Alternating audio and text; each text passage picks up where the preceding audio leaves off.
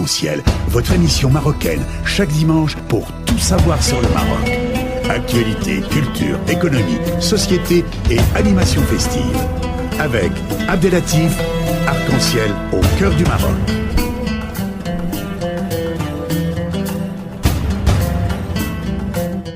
Mesdames et messieurs, retour en ligne et nous sommes heureux d'être en ligne avec notre troisième intervenant qui nous fait un grand honneur, Monsieur Jean-Michel Vernocquet, qui est en ligne. Monsieur Jean-Michel Vernocquet, bonjour et bienvenue dans l'émission Arc-en-Ciel. Oui, bonjour à toutes et bonjour à tous. Je précise à notre éditoire que Monsieur Jean-Michel Vernocquet, essayiste, journaliste, écrivain, ancien grand reporter au Figaro Magazine, membre de l'Académie de géopolitique de Paris en 2014, professeur à l'École supérieure du journalisme, ESG Paris, fondateur de l'association Terre Future, auteur de nombreux ouvrages d'analyse et prospective. Comme vous le savez, Monsieur Vernocquet, comme quoi l'émission Arc-en-Ciel a travaillé depuis octobre 2017 sur un décryptage de ce dossier de l'islam de France avec votre intervention.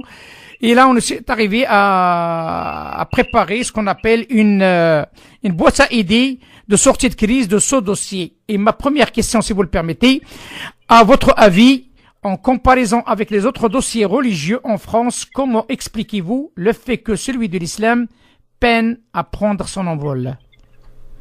Écoutez, ce sont des circonstances historiques multiples, diverses et variées. D'abord, il y a un héritage.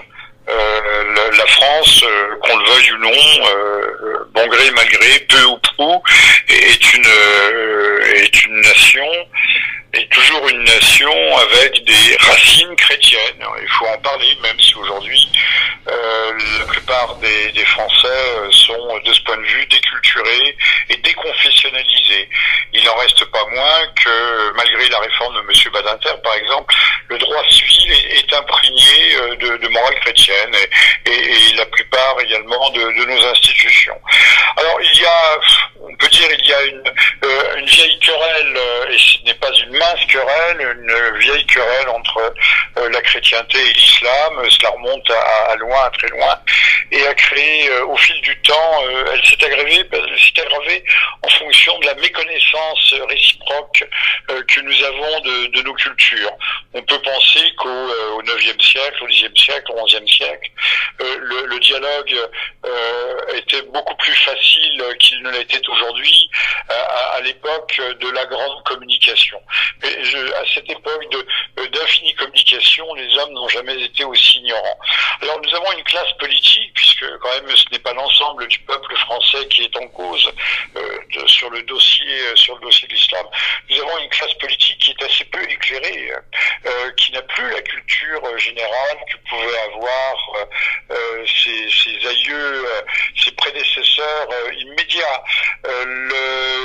Il faut dire que nos sociétés qui se sont démocratisées à outrance ont effectivement ouvert les portes de l'enseignement à toutes et à tous, mais avec pour conséquence une baisse du niveau culturel et même parfois, on le voit dans notre classe politique, hélas, du niveau intellectuel. Alors, les Français sont très ignorants de l'islam. Mais comment en serait-il autrement? Ce n'est pas parce qu'on donne quelques cours d'initiation, d'ouverture. Les Français sont déjà ignorants de leur propre religion. Ils ne l'apprennent plus, ils ne savent s'ils voient un Christ en croix sur les murs d'un édifice public ou non. Certains d'entre eux s'interrogent pour savoir de qui il s'agit. Ils ne savent pas que le Christ est aussi un prophète, l'un des grands prophètes de l'islam.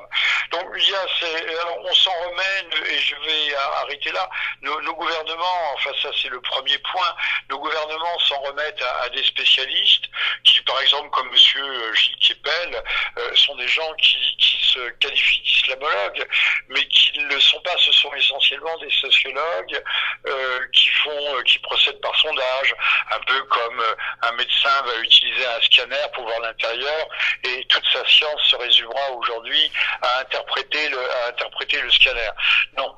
Il y a une connaissance profonde, une connaissance intime, une connaissance intuitive qui a été perdue. Et cette rupture, ça a été aussi accentué par la malheureuse guerre de décolonisation ou de libération. Décolonisation, je ne sais pas si on peut le dire, puisque quand l'Algérie, en 1962, a trouvé son indépendance, il s'agissait de départements français, donc il faisait partie de la nation française, mais avec toujours une cassure, une fracture, des différences graves et profondes entre les métropolitains et ceux qui habitaient la rive sud de la Méditerranée. Donc il y a tout le dossier est hypothéqué par l'islam, qui est une vision de l'islam, une conception de l'islam qui est proprement navrante, autrement dit par l'ignorance de nos classes dirigeantes de gauche comme de droite à l'égard de ce grand phénomène confessionnel, tout simplement aussi parce que ces gens sont eux-mêmes déconfessionnalisés et n'ont plus une approche saine de ce que peut être une religion ou ne pas être. Donc, c'est tout à fait quelqu'un d'autre, il va dire, je vais faire l'avocat du diable, monsieur Vernoquet, hein, donc il va dire, nous sommes dans un pays laïque. Donc, ce n'est pas une obligation que je dois apprendre ou je dois approfondir mes connaissances. Oui, puisque maintenant, c'est un drame. Si on parle, autrefois, il y avait les prêtres, l'Église prodiguaient des cours de catéchisme. Mais il y avait donc un état d'esprit qui était un état d'esprit religieux. On était imprégné de religion. À partir de Vatican II, des années 60, la déculturation religieuse va aller extrêmement vite. Et aujourd'hui, le fait que les Français ne soient plus religieux, sauf une petite partie d'entre eux, et cette petite partie d'entre eux qui reste catholique fervente ou catholique traditionnaliste ou catholique assidue, reçoivent une image négative de l'islam. Ils ne comprennent pas que il faudrait quand même peut-être dire que le Dieu de l'islam, Allah, est le même Dieu que celui des évangiles. Que d'ailleurs les chrétiens d'Orient disent leur messe en invoquant Allah. Ils n'invoquent pas Dieu, Yahvé ou que sais-je. C'est Allah qui est nommément nommé. Alors je termine sur ce mot que vous avez lâché, celui de laïcité. Le drame, c'est qu'on a pu croire jusqu'à récemment que la laïcité était véritablement une neutralité de la chose publique, de l'État à l'égard des religions. Elle ne l'est pas. La laïcité est en soi une religion, et une religion dogmatique, une religion intolérante, voire une religion fanatique. Et sous le nom de laïcité, il faut entendre l'athéisme. Ok. Mais la question qui se pose, monsieur Vernoquet, avant de passer à ma deuxième question, dans ce cadre-là que vous évoquez, est-ce que vous ne croyez pas que la laïcité, quelque part, favorise cette situation dramatique qui vit les musulmans, ou bien qui vivent les musulmans suite à leur religion en tant que musulmans, vu qu'il y a une méconnaissance, comme vous venez de le citer, vu qu'il y a un amalgame de taille avec des gens qui sont en méconnaissance sur la religion. Est-ce que la laïcité accepte l'arrivée de la religion musulmane dans un pays qui est considéré dorénavant laïque et post-catholique? Alors, vous savez, il y a différents courants. Si on prend Monsieur Vincent Peillon, qui a été ministre de l'Éducation nationale, ce n'est pas rien, et qui donc parlait d'autorité, qui a écrit des livres sur la laïcité, on voit bien que la laïcité, pour Monsieur Peillon, est véritablement une religion de substitution à la religion catholique, et en fait, c'est un messianisme, c'est un véritable messianisme, et un messianisme d'origine, d'essence, d'inspiration judaïque, et même kabbalistique. Monsieur Peillon le dit lui-même. Alors, ces gens qui veulent aussi effacer, éradiquer les racines et la mémoire chrétienne de la France, ont pensé à un moment donné pouvoir se servir de l'islam, justement pour une sorte de melting pot culturel, de melting pot même ethnique. Il faut lâcher, il faut bien avoir le courage d'oser utiliser ce mot. Sauf que la religion musulmane est une religion vigoureuse qui ne veut pas se mélanger dans ce grand poteau noir qu'est la laïcité. Vous vouliez dire quelque chose, cher ami? Oui, justement, vous avez parlé ethnique. Et en même temps, vous avez parlé de c'est que la religion musulmane ne veut pas se mélanger. Comment vous expliquez ça, s'il vous plaît?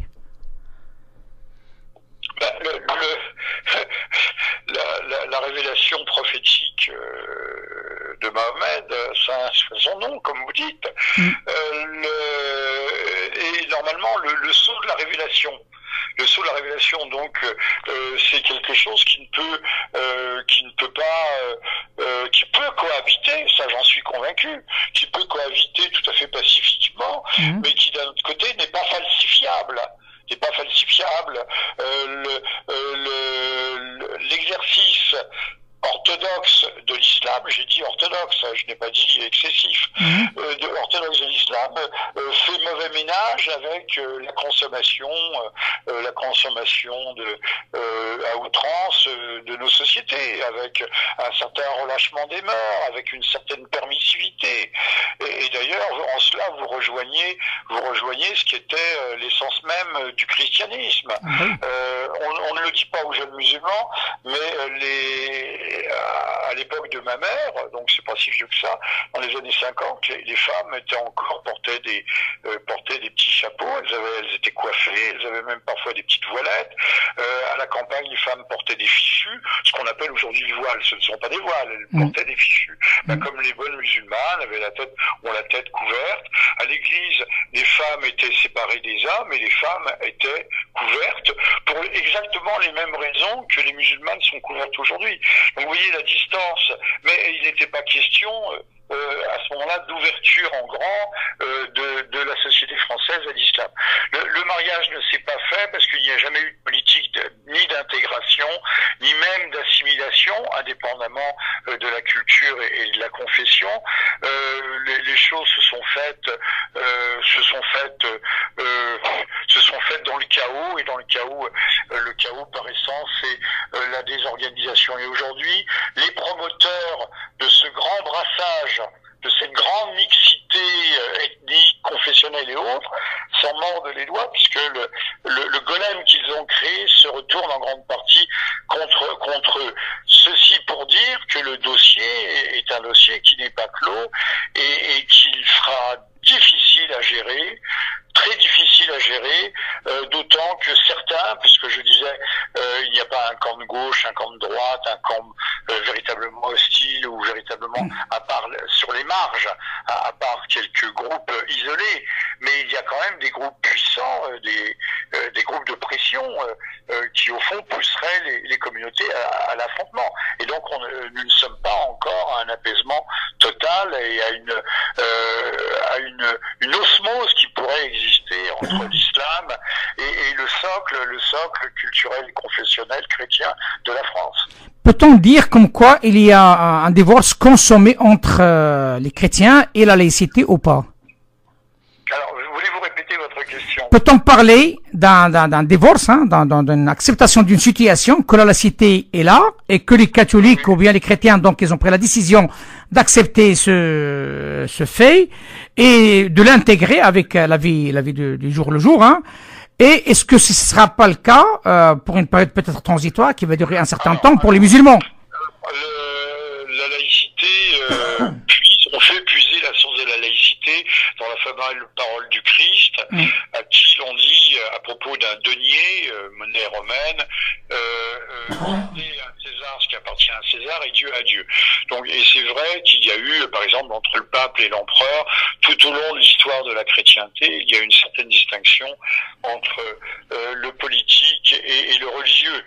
Cette distinction, normalement, en islam n'existe pas, puisque la souveraineté ultime revient à Dieu, encore que dans les faits, il y a eu des califes, et il y a eu des rois, il y a eu où les choses étaient moins nettement dessinées. Alors, la laïcité, aujourd'hui, qui serait censé protéger les chrétiens, les malmène, puisque au nom de la laïcité, tous les symboles chrétiens sont retirés. Et je ne pense pas d'ailleurs que cela soit sain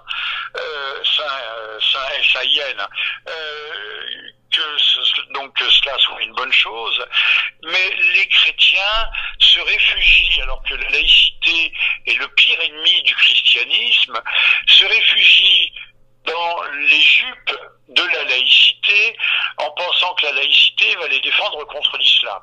Vous voyez, je crois il y a un énorme travail de réinformation, de restructuration de la vision.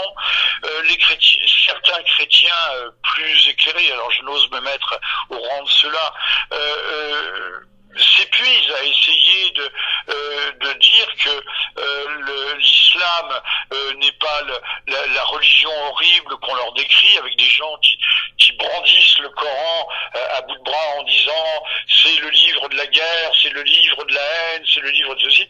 Chacun peut trouver, même dans les évangiles, on peut trouver tout ce que l'on veut. Le Christ chasse manu militari les marchands du temple, mais le Christ dit aussi qu'il est venu apporter le glaive et la guerre.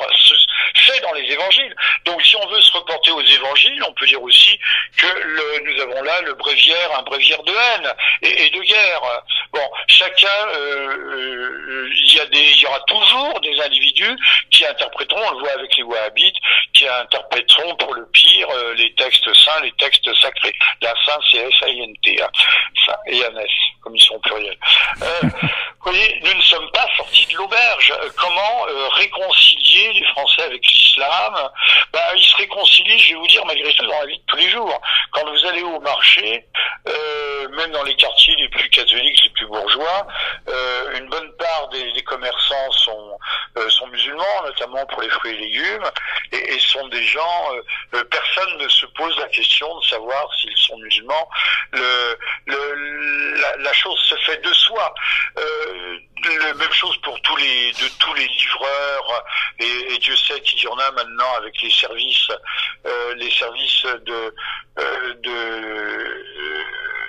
livraison à domicile, tous sont arabes, et les Français donnent tous une petite pièce, un petit pourboire aux livreurs, sachant que ce sont généralement des garçons qui gagnent difficilement leur vie. Je crois que dès lors que les jeunes gens issus de l'immigration, la première, deuxième, troisième génération, travaillent, s'intègrent d'eux-mêmes à la société française, et pour ceux qui le veulent, ils le peuvent, il n'y a pas de problème. Et s'il y a une solution, c'est de ce côté-là. Maintenant, il faut faire taire tous les prêcheurs, les vrais, les authentiques prêcheurs de haine, que l'on rencontre assez souvent d'ailleurs dans les postes de télévision, enfin sur les écrans de télévision. C'est la suspicion permanente, et il faudrait aussi qu'on en revienne grâce au ciel et à la toile pour rétablir un peu l'équilibre, mais l'information est faite de telle façon avec des gens qui sont aussi eux-mêmes de parfaits désinformateurs, puisqu'ils sont à la base ils sont désinformés par leur ignorance. Donc là on a un énorme travail pédagogique à effectuer dans ce pays. Ma dernière question, si vous le permettez, M. Vernoquet, on parle beaucoup de radicalisation et de réforme, mais on n'entend presque jamais parler de communautarisme lié à l'islam, voire d'identitarisme. Alors, qu'entendez-vous par d'identitarisme ou de communautarisme lié à l'islam? C'est d'ailleurs de gens qui se regrouperaient dans des ghettos. C'est ce que vous voulez dire, peut-être? C'est ça. Alors, on en parle quand même assez souvent. À propos des banlieues qui sont devenues des zones de non-droit. Mais est-ce l'islam? Oui, est-ce l'islam? Ce sont des zones qui sont des viviers pour la délinquance. Mais je disais il y a déjà 30 ans, 35 ans, que si l'islam régnait dans ces banlieues, il n'y aurait pas de viol. À l'époque, on volait des radiocassettes dans les voitures. Les voitures ne brûleraient pas. Il n'y aurait pas ce qu'on appelle des tournantes. La société serait bien plus. Et malheureusement, il y a une caricature d'islam qui est donnée par ceux qui interdisent aux femmes de se promener dans la rue, qui interdisent aux femmes, qui imposent le voile, mais c'est une caricature d'islam. Ceux qui veulent donner et qui donnent de l'islam une image caricaturale. Et donc là, on peut parler malgré tout de communautarisme et d'identitarisme. C'est malheureusement, même si la presse qui ne veut pas mettre d'huile sur le feu, mais pas forcément pour les bonnes raisons, évite de trop mettre l'accent sur cette question. Malheureusement, en germe, la question est là, parce que le mal est là. L'islam radical est enquisté dans les périphéries de nos grandes villes. Écoutez, espérons que la décision du président prend acte des avis des uns et des autres, parce que là, le dossier, comme vous l'avez bien dit, c'est un dossier très compliqué et complexe, hein, donc ce n'est pas un dossier simple. Oui, mais essayez de leur dire de me consulter, ce serait peut-être pas mal. Écoutez, appel lancé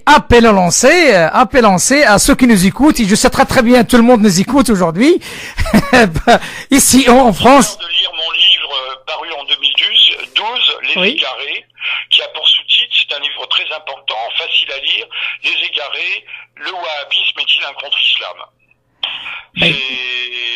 C'est l'édition 2. Un Français de souche, un chrétien, considère l'islam, et je pense que personne n'aura grand-chose à redire. Écoutez, sauf les radicaux et les takfiristes. Appel est lancé, Monsieur Vernocquet, et je suis heureux qu'à travers cette antenne qui émet en direct à travers le monde, hein, donc tout le monde nous écoute, même de l'autre côté de la mer, je les invite à lire ce livre et de l'apprécier d'une manière... Les Égarés, qui est un livre important et qui a connu un certain succès, mais qui mérite d'être connu surtout de l'autre côté de la Méditerranée aussi. Merci infiniment, Monsieur Vernocquet, et je vous souhaite un fin de dimanche, hein, parce que on est presque à la fin de ce dimanche, qui fait froid ici à Lyon, hein, donc. Je peux vous dire que là où je suis, il fait également tout à fait glacé malgré le soleil.